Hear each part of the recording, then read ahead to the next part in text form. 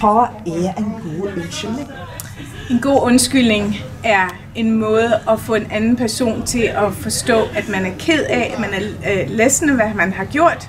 Og det gør man ved at sige undskyld, ikke beklage. Man siger, hvad man har gjort, hvorfor det var forkert, og hvorfor man ikke vil gøre det igen. En beklagelse er tvetydig. Man ved ikke, om ansvaret bliver taget, men i en undskyldning, der tager du ansvaret på dig. Og sige men.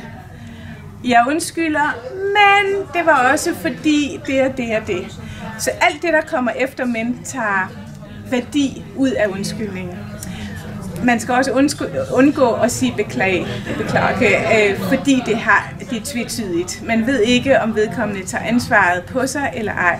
En anden vigtig ting, man skal undgå, når man giver en undskyldning, er at lade spørgsmålet være om modtagerens følelser. Altså sige, jamen jeg er ked af, hvis du blev såret. Fordi det får det jo til at lyde som om, det er offerets skyld, at offeret bare er for følsom.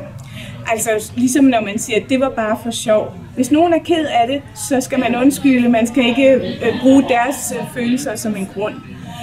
Og så en sidste ting, som jeg synes er meget vigtig, er at passe på ikke at gøre det hypotetisk.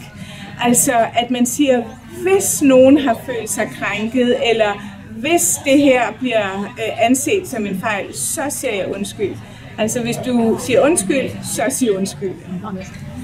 Hvorfor er ikke beklager godt nok? Fordi det er tvetydigt. Det kan betyde, at jeg er så forfærdelig ked af, hvad jeg har gjort. Men det kan også bare betyde, at jeg har sympati for, at du er i en vanskelig situation, uden at man tager ansvaret på sig selv. Og det er sådan set den grundlæggende forskel på en beklagelse og en undskyldning.